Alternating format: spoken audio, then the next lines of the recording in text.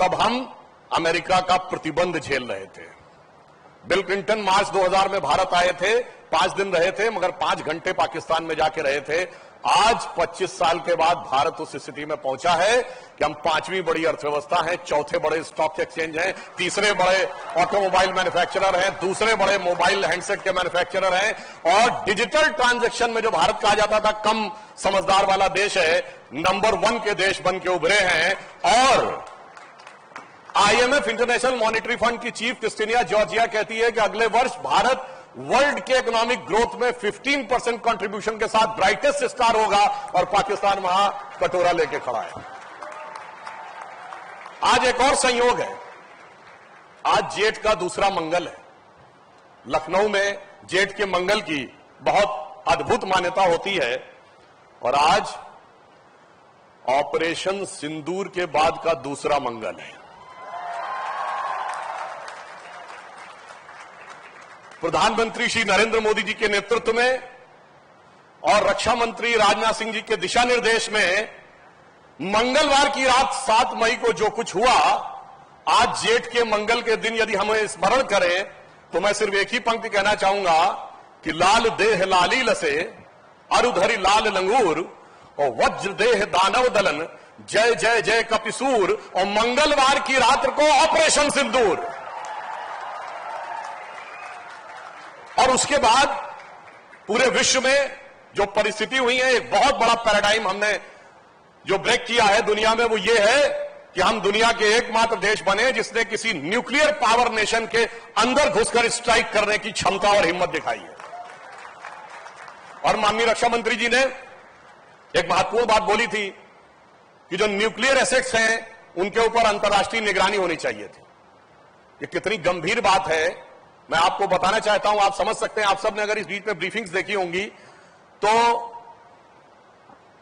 जो पाकिस्तान की आर्मी के स्पोक्स पर्सन थे, उनका नाम शायद अहमद शरीफ है, मगर आपको पता होगा कि उनकी शराफत का करिश्मा क्या है कि उसके फादर, जिसका नाम सुल्तान सलाउद्दीन है, वो बाकायदा UN सिक्योरिटी काउंसिल के द्वारा डिजिग्नेटेड टेररिस्ट है, क्योंकि उसने 2000 में nuclear weapons Osama bin Laden को देने के लिए संपर्क किया था।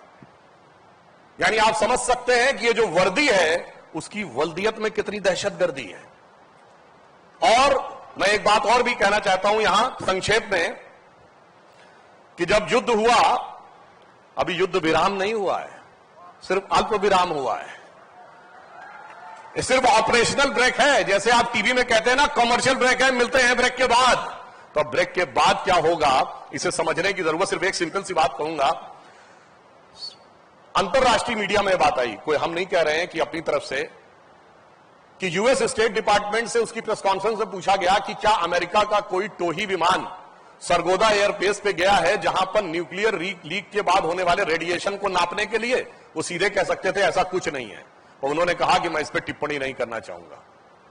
आप समझ सकते हैं कि कितनी गंभीर बात, और जो लोग कहते हैं रुकने की बात, अगर सरगोदा एयरबेस के ऊपर जहां उनका न्यूक्लियर आर्सेनल है, आप एक छोटी सी बात समझिए, न्यूक्लियर वेपन्स कोई ऐसे ओपन स्पेस में नहीं रखे जाते, वो जमीन के नीचे 30-40 मीटर गाड़ के रखे जाते हैं, और उसमें एंट्री एक्सिट 2 ही पॉइंट होते हैं। अगर दोनों पॉइंट डैमेज हो गए थे अंतरराष्ट्रीय मीडिया की खबरों के अनुसार, और अगर उसमें लीक की गुंजाइश थी, तो आपको पता है कितनी दूरी थी सरगोदा की भारत से? सिर्फ 177 किलोमीटर, यानी उससे ज्यादा दूर तो लखनऊ से फर्रुखाबाद है। इसलिए जब कोई ऐसा डिजास्टर की संभावना थी तो क्या क्या चीजें रही होंगी, वो विषय बहुत सोच समझ के करने की बात है। इसलिए हमने धैर्य का भी परिचय दिया है और शौर्य का भी परिचय दिया है। तो जिसे एक पंक्ति में कहना चाहूंगा कि मन में है धैर्य और तन में प्रचंड शौर्य, बन चंद्रगुप्त मौर्य प्रलय मचाएंगे, और महाराणा और शिवा की संतति कहाते हम शीश कट जाए भले झुकने ना पाएंगे, और बार बार छेड़िए ना भारत स्वाभिमान को अन्यथा बाद में बहुत पछताएंगे। सौगंध मां भवानी की उठेगी ललकार जब आपके घरों पे चील कौवे मंडराएंगे। और मैं अंत में कहना चाहूंगा, आप सब मेडिकल के छात्र हैं, और आप देखिए कि मेडिकल सेक्टर में, हेल्थ सेक्टर में भारत ने जो बड़ी छलांग लगाई है पिछले 11 वर्षों में। जब 2000 में ये शुरू हुआ था कॉलेज, तो भारत में 1 एम्स था, अटल जी के टाइम में 7 एम्स हुए, और अब मोदी जी के आने के बाद 23 और एम्स बने। यानी हेल्थ सेक्टर में एक बड़ा परिवर्तन। मगर मैं आपसे भी ये कहना चाहूंगा एक बात आप लोग सोचेंगे कि हमें बाहर निकल के क्या करना है। सिर्फ मत सोचिएगा कि हमें जाकर केवल मेडिकल की पढ़ाई का उपयोग करके अच्छा कैरियर बनाना है। यदि भारत को महाशक्ति बनाना है तो आप 3 चीजों का ध्यान रखिए। 21वीं सदी में 3 चीजें दुनिया का नक्शा बदलने वाली हैं, एक एटम, एक कंप्यूटर और एक जीन्स। एटम के अंदर जो एटॉमिक एनर्जी है वो, कंप्यूटर के अंदर आर्टिफिशियल इंटेलिजेंस और क्वांटम कंप्यूटर का जो आ रहा है, और जीन के अंदर आपने देखा कि कोविड वैक्सीन में जो वैक्सीनेशन हो रहा है उसके अंदर जीनोम सीक्वेंसिंग पे सबसे ज्यादा स्टडी हो रही। तो मेरा आप सबसे अनुरोध है कि आप genome sequencing, cellular microbiology, composite material, space technology, quantum computer जैसी नई चीजों में जाकर रिसर्च करिए। तब भारत को उस शक्ति से आप समृद्ध कर सकेंगे जो भारत का भवितव्य है। और इसलिए मैं अंत में कहना चाहूंगा कि भारत दुनिया में एक बहुत बड़ा हेल्थ हब बन के उभर रहा है। लखनऊ में इस हॉस्पिटल ने उस समय जब प्राइवेट सेक्टर के हॉस्पिटल्स में एक पायनियर भूमिका निभाई थी डॉक्टर के.एन. सिंह ने, और ये एक नए मुकाम पर पहुंचा है। भारत का हेल्थ सेक्टर भी एक नए मुकाम पर पहुंचा है।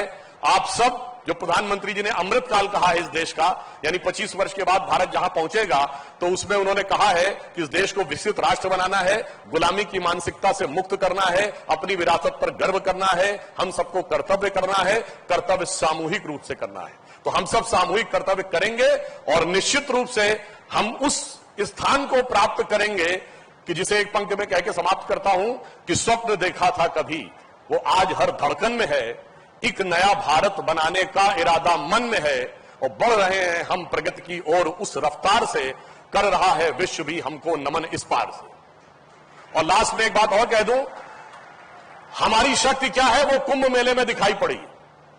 66 करोड़ लोग आए, 50 लाख विदेश के लोग आए। जो कोई सोचता था कि दुनिया में पैसे से सुख मिलता है, कोई कहता था फिजिकल प्लेजर से सुख मिलता है, कोई कहता नेम एंड फेम से सुख मिलता है, वो हमारे कुंभ में क्या खोजने आते थे। एक पंक्ति में कहता हूं, वो सुख खोजे भौतिकता में, मदिरा में मांस की बोटी में।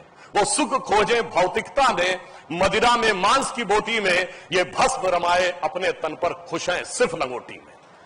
तो भारत के इस स्वरूप को नमन करिए और यह विश्वास रखिए भारत का समय आ गया है। जो प्रधानमंत्री जी ने कहा है सही समय है, यही समय है। तो भारत मां अंगड़ाई लेती, सुप्त चेतना जाग रही, ऋषि मुनियों की देवधरा फिर अपना रूप संवार रही।